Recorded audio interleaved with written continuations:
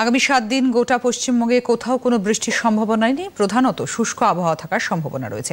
আগামীকাল ঘন কুয়াশার সম্ভাবনা রয়েছে বলে জানালেন আলিপুর আবহাওয়া দপ্তরের অধিকর্তা ডক্টর হাবিবুর রহমান বিশ্বাস। আগামী 5 দিনের যে আমাদের আবহাওয়ার পূর্বাভাস, পশ্চিমবঙ্গের সব জেলাতেই শুষ্ক আবহাওয়া থাকবে।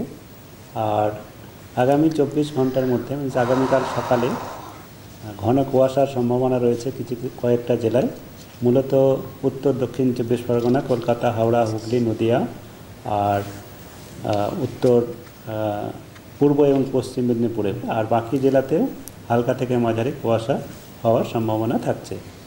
আর আগামীকাল আমাদের ন্যূনতম তাপমাত্রা বা রাতের তাপমাত্রা এই কুয়াশার কারণেই বাড়ার সম্ভাবনা রয়েছে। হিউমিডিটিটা যেহেতু ন্যূনতম হিউমিডিটিটাও বাড়বে, তাপমাত্রা 2 থেকে 3 ডিগ্রি বাড়বে কালকে।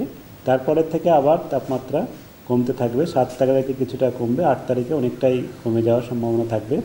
এই দুদিনে মিলে 3 থেকে 4 ডিগ্রি পর্যন্ত তাপমাত্রা কমার সম্ভাবনা রয়েছে।